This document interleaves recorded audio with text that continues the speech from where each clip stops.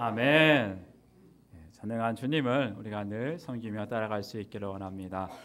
오늘 주신 하나님 말씀 보도록 하겠습니다. 오늘 주신 하나님 말씀 사도행전 13장 26절에서 41절 말씀입니다.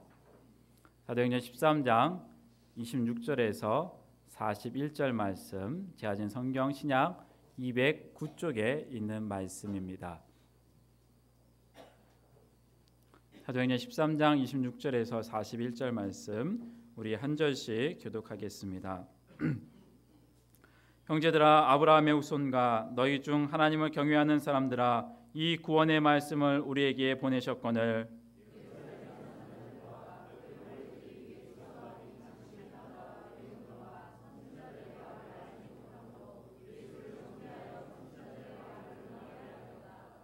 죽일 죄를 하나도 찾지 못하였으나 빌라도에게 죽여달라 하였으니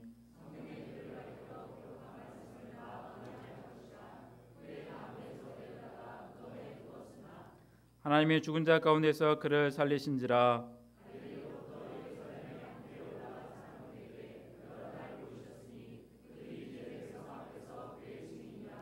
우리도 조상들에게 주신 약속을 너희에게 전파하노니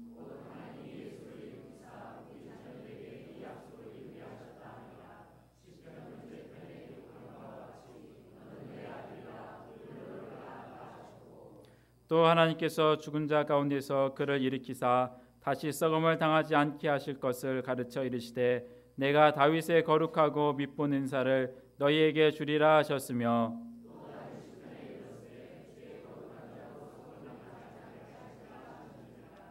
다윗은 당시 하나님의 뜻을 따라 섬기다가 잠들어 그 조상들과 함께 묻혀 썩음을 당하였으되 그러므로 형제들아, 너희가 알 것은 이 사람을 힘입어 죄 사함을 너희에게 전하는 이것이며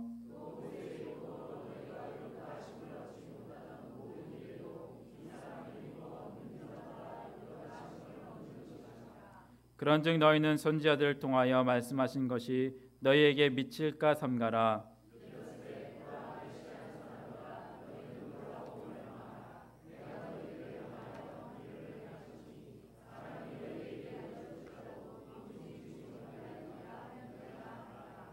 아멘.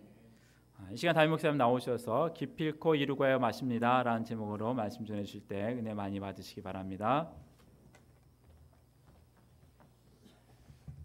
오늘 본문의 말씀은 바울과 바나바가 비시디아 안디옥에서 했던 사역을 기록한 말씀입니다. 바나바와 바울은 구브로 섬에서 선교 사역을 마치고 배를 타고 비시디아 안디옥 쪽을 향해서 가게 되었습니다. 그런데 이때 구브로에서 사역을 돕고 있던 마가 요한이 예루살렘으로 돌아가는 일이 발생을 했죠. 우리가 지난주에 살펴보았던 내용입니다. 비록 마가 요한은 떠나갔습니다마는 바나바와 바울은 낙심하지 않고 비시디아 안디옥까지 가서 예수님을 전하게 됩니다. 바울 일행은 비시디아 안디옥에 도착을 해서 유대인의 회당에 가서 설교를 통해서 예수님을 전했습니다. 회당장의 권고로 즉석에서 행해진 이 설교는 크게 보면 세 부분으로 나눌 수가 있습니다. 원래 오늘 본문을 17절 말씀부터 봐야 하는데 양이 좀 많아서 제가 26절부터 봤는데요. 먼저 이 17절부터 25절까지의 내용을 좀 요약을 할 필요가 있습니다. 이스라엘의 역사를 개관하고 있는 내용인데요. 하나님께서 이스라엘 백성들의 조상 아브라함, 이삭, 야곱을 택하셨고 그분께서 애굽에서 노예 생활로 고통하고 있는 백성들을 불러내시고 광야로 인도하셨다는 것을 말씀하고 있습니다. 그러나 광야 40년 동안 이스라엘 백성들은 셀 수 없이 많이 하나님 앞에 원망하고 불평하고 불순종했습니다. 마실 물이 없다라고 원망을 하고 길이 좀 험하다고 하나님을 원망하고 툭하면 금송아지도 만들고 우상 숭배에 빠지고는 했습니다. 그럼에도 불구하고 하나님께서는 그들의 악행을 참으시고 아브라함에게 하신 약속을 지키셨습니다.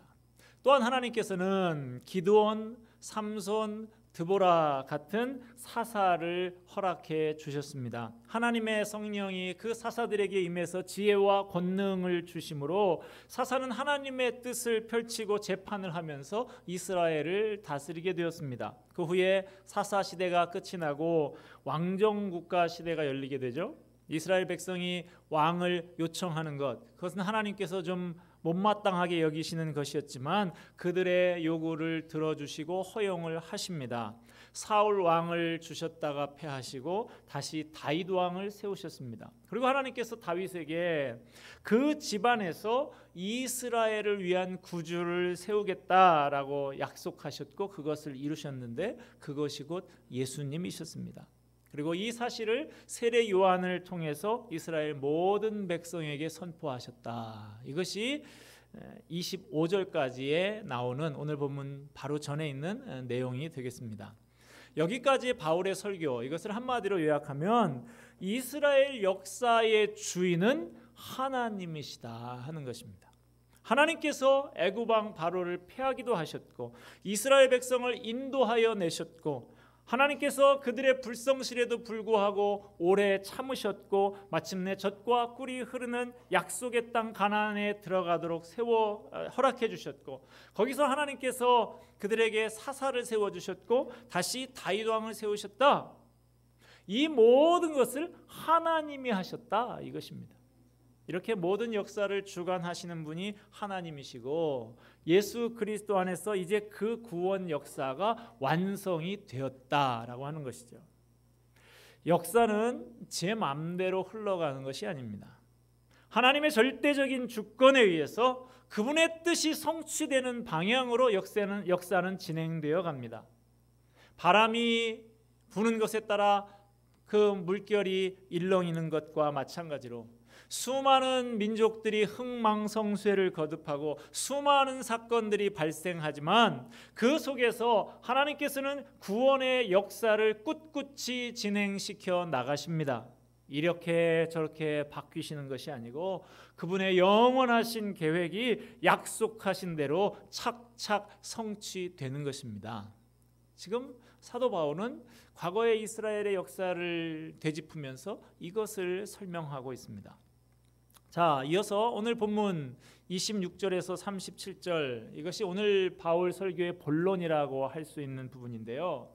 우리에게 오신 예수님과 관련된 하나님의 은혜로운 섭리에 대해서 말하고 있습니다. 예수님께서 이스라엘의 구주로 이 땅에 오셨을 때에 유대인들은 그 예수님을 알아보지 못하고 선지자들의 과거의 예언도 이해하지 못해서 오히려 예수님을 정죄하고 십자가에 못 박아 죽이는 엄청난 죄를 저질렀다라고 먼저 지적을 합니다. 유대인들이 율법을 잘 외우기는 외웠어요. 바울도 그것을 인정하고 있습니다. 우리가 생각하는 것보다 유대인들은 많은 성경을 암송을 합니다. 늘 부모가 어렸을 때부터 잠자리에서 성경을 읽어주고 암송을 시키고 그렇게 해서 많은 성경을 암송을 합니다. 그러나 그 성경을 암송을 그렇게 줄줄줄 하는 사람들이었지만 율법을 잘 외우기는 외웠지만 그 의미는 모르고 외웠다는 거예요. 그런데 유대인들이 그것을 알고 그랬든지 모르고 그랬든지 간에 그들이 예수님을 못 박아 죽인 것은 성경의 예언의 말씀을 성취한 것이 되었다고 바울은 말합니다. 죽일 죄를 하나도 찾지 못한 그 예수님을 빌라도에게 죽여달라고 요청한 그 사건도 역시 성경의 그를 가리켜 기록한 말씀을 성취한 것이었다고 말합니다. 하나님께서는 인간의 그 무지에서부터 나온 어떤 행동조차도 당신의 뜻을 이루는 도구로 사용하신다라고 하는 것이죠. 이스라엘 백성들은 늘 선민이다, 우리는 선택받은 하나님의 백성이다라는 자부심을 가지고 살았습니다마는 역사가 보여주고 있는 것은 하나님에 대한 그들의 끊임없는 반역뿐이었습니다. 그들은 실패하고 또 실패했던 것이죠. 매주 선지자의 말씀을 외우고 많은 양의 말씀을 외웠던 그들이었지만 독실한 종교인들로서 그렇게 살아가는 사람들처럼 보였지만 하나님의 구원 계획은 도무지 깨닫지 못했고 오히려 구주 예수님, 그들을 구원하기 오신 예수님을 죽이기까지 했던 것입니다. 이런 관점에서 보면 참 절망스럽게 됩니다. 하나님의 백성이라고 자부하던 그 사람들조차도 심판의 길로만 그렇게 달려가고 반역의 길로만 달려가는 사람들이 되었다라고 하는 것이죠. 하지만 하나님의 주권적인 은혜가 인간의 그 반역까지도 섭리하셔서 당신의 뜻이 성취되게 하셨습니다.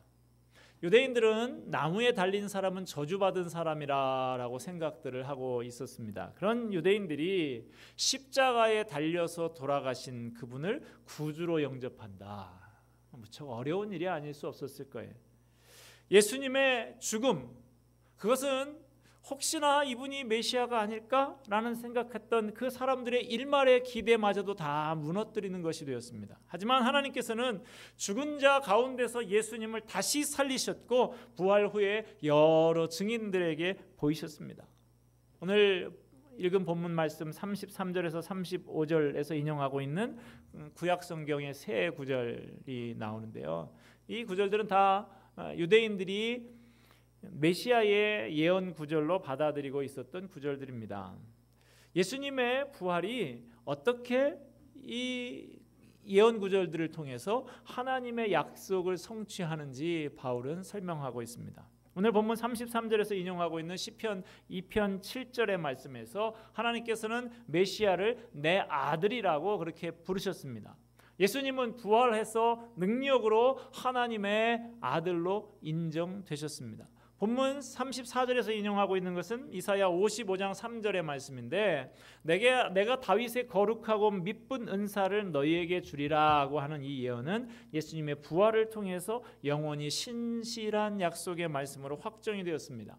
본문 35절에서 인용하고 있는 시편 16편 10절의 말씀에는 주의 거룩한 자로 썩음을 당하지 않게 하시리라라고 예언이 되었는데요. 이 말씀을 처음 들었던 것은 다윗인데 그 말씀을 들은 다윗에게 한 말은 아니지 않습니까? 다윗은 지금 죽고 썩어서 없어졌으니까 이 말씀, 이 예언은 다윗에 대한 말씀이 아닌 것이죠. 하나님께서 살리셔서 썩음을 당하지 않게 하신 예수님이 바로 이 예언의 성취자가 된 것입니다. 결국 성경의 모든 약속, 모든 예언은 다 예수님에게서 성취가 되었습니다. 모든 하나님의 언약의 핵심은 예수 그리스도세요. 구약은 예수님의 이야기입니다. 창세기에 아담에게 입히셨던 그 가죽옷, 그것도 예수님의 죽으심을 상징하는 그림자입니다. 노아의 방주도 예수님의 예표요. 아브라함이 아들을 모리아 산에서 드리려고 했던 그것도 예수님의 십자가의 예표가 되는 것입니다. 구약의 제사나 절기나 율법이나 도피성 이런 것들이 다 예수님을 예표하는 것이죠. 사사시대에 이스라엘이 범죄해서 징계를 받아서 하나님 앞에 부르짖을 때 하나님이 사사를 보내서 구원해 주시는데 이 사사도 바로 구원자 예수님을 예표하는 것이죠. 그러므로 예수님은 구약 모든 역사, 하나님의 구원 역사의 최종의 결론이 되시는 것이죠. 그러므로 신앙의 핵심이 뭐냐? 이 예수님이 어떤 분이신가를 바로 아는 데 있습니다.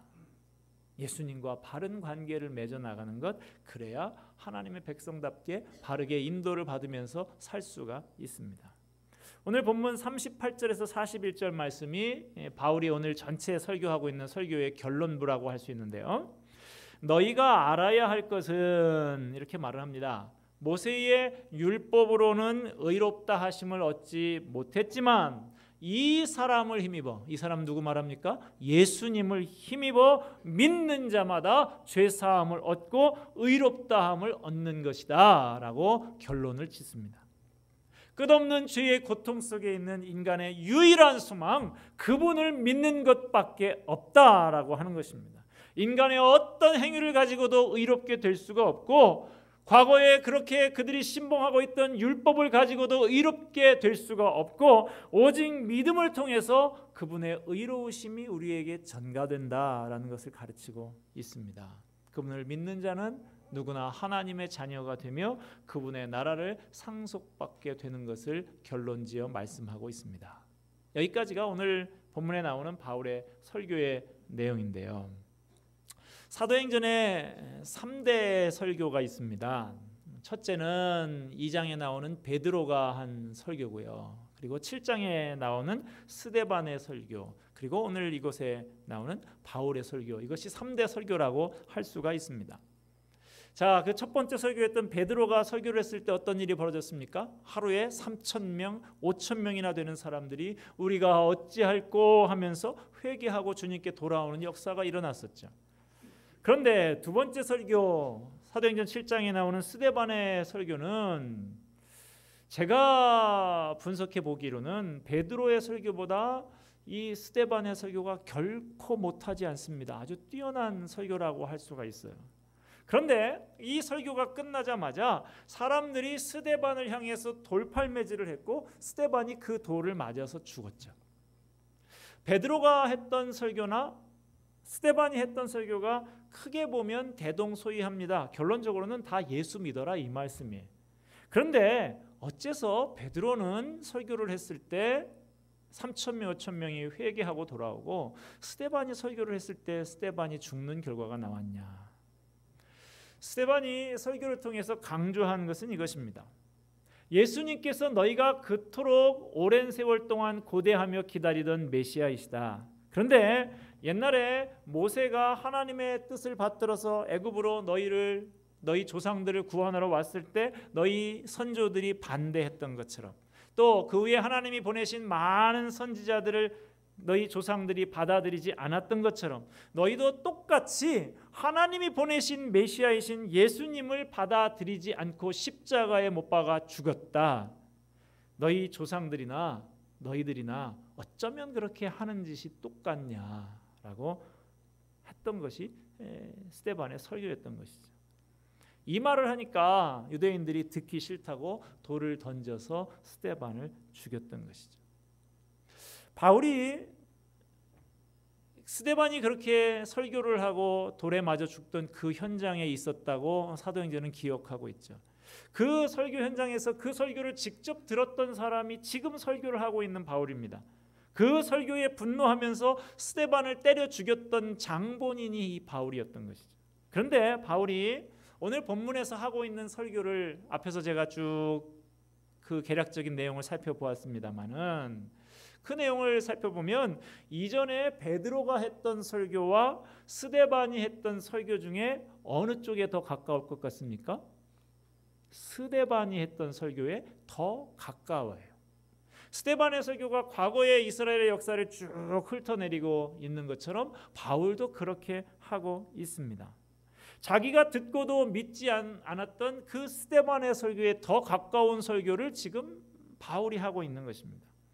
오늘 본문의 바울의 설교를 보면 온통 하나님이 주셨다, 하나님이 보내셨다 이런 말로 가득합니다.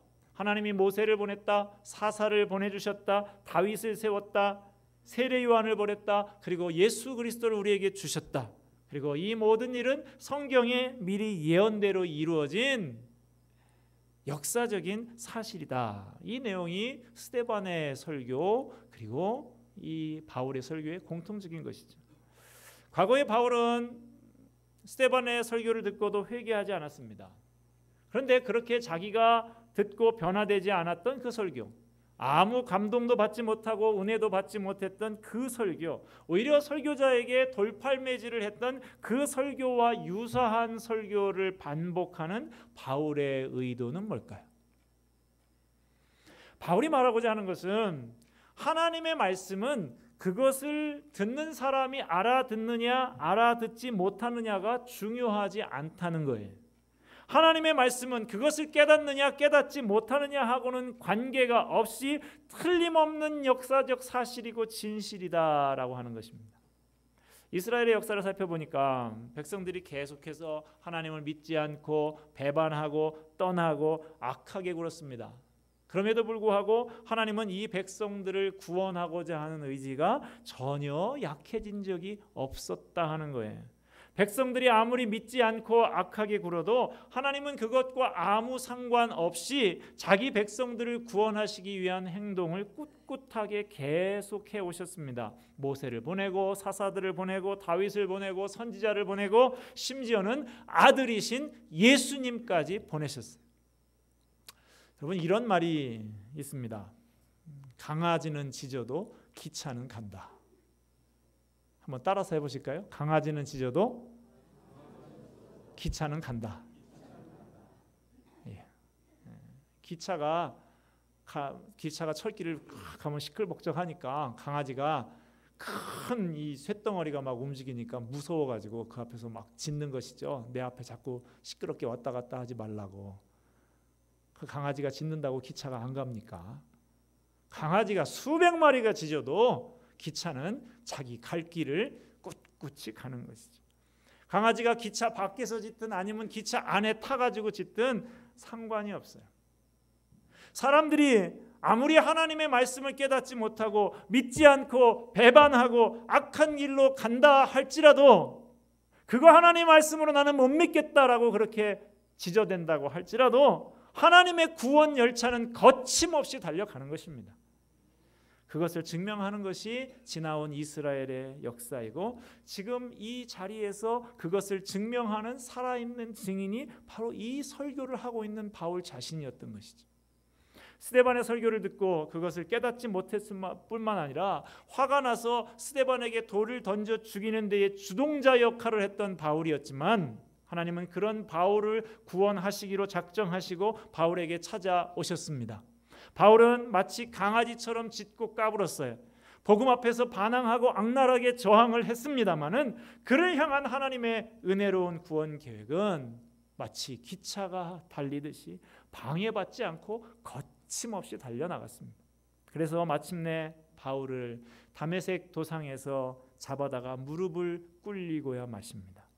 그리하여 바울이 그 하나님의 끈질긴 은혜에 두 손을 다 들고 항복하고 지금 이 자리까지 오게 된 것이죠. 그래서 바울은 디모데전서 1장 13절에서 15절 말씀에 이렇게 간증을 하고 있습니다. 내가 전에는 비방자요 박해자요 폭행자였으나 도리어 긍휼을 입은 것은 내가 믿지 아니할 때에 알지 못하고 행하였습니다. 우리 주의 은혜가 그리스도 예수 안에 있는 믿음과 사랑과 함께 넘치도록 풍성하였도다. 미쁘다 모든 사람이 받을 만한 이 말이여, 그리스도 예수께서 죄인을 구원하시려고 세상에 임하셨다 하였도다. 죄인 중에 내가 괴순이라. 바울이 하는 말은 이것입니다. 많은 이스라엘의 구약의 역사, 그것을 보고도 잘 모르겠거든. 나를 좀 봐라, 나를 봐라 이거예요.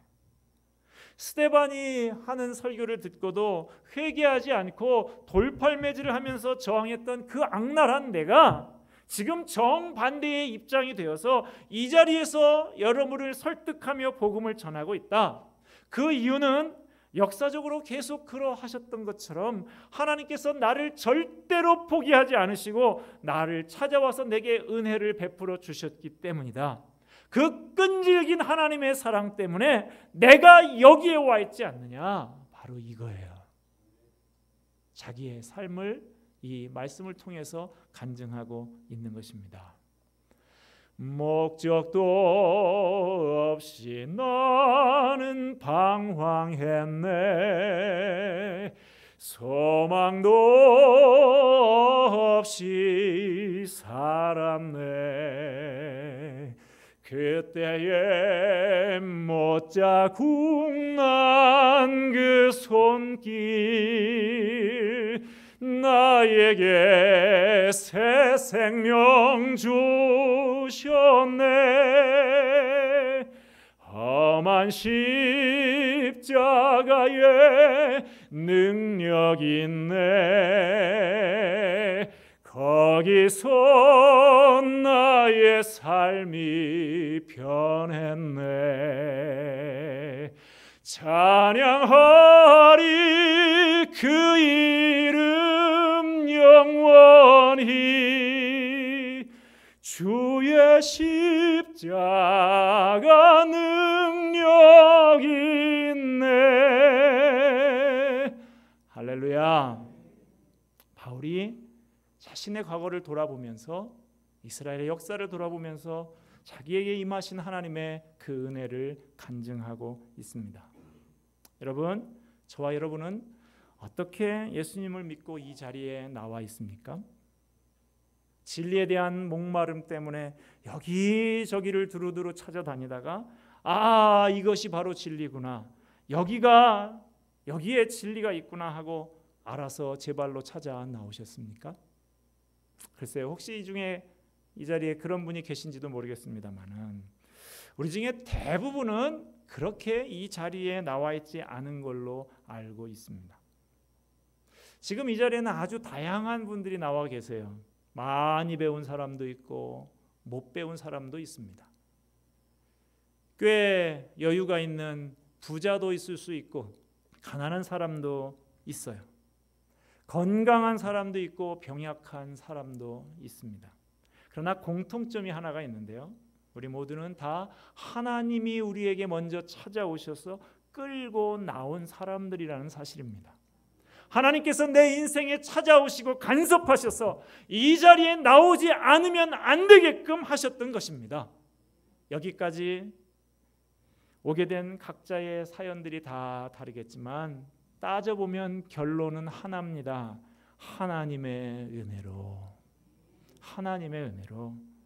결코 포기하지 않으시고 기필코 이루고야 마시는 하나님의 은혜로 저와 여러분은 이 자리에 나와 앉아 있습니다.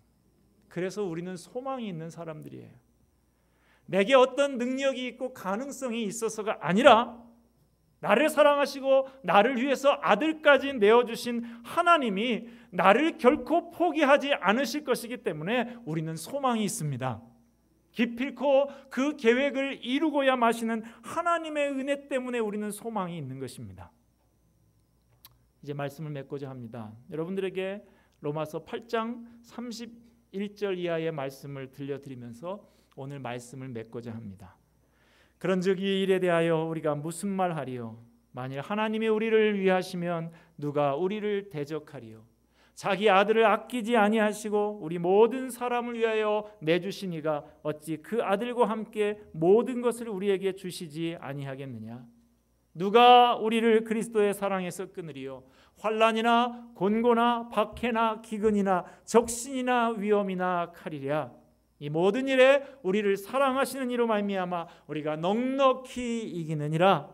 내가 확신하노니 사망이나 생명이나 천사들이나 권세자들이나 현재의 일이나 장래의 일이나 능력이나 높음이나 깊음이나 다른 어떤 피조물이라도 우리를 우리 주 그리스도 예수 안에 있는 하나님의 사랑에서 끊을 수 없으리라. 하나님은 우리를 끈질기게 사랑하시는 하나님이십니다. 그 사랑과 은혜는 결코 포기하는 법이 없습니다. 기필코 이루고야 마시는 하나님이십니다.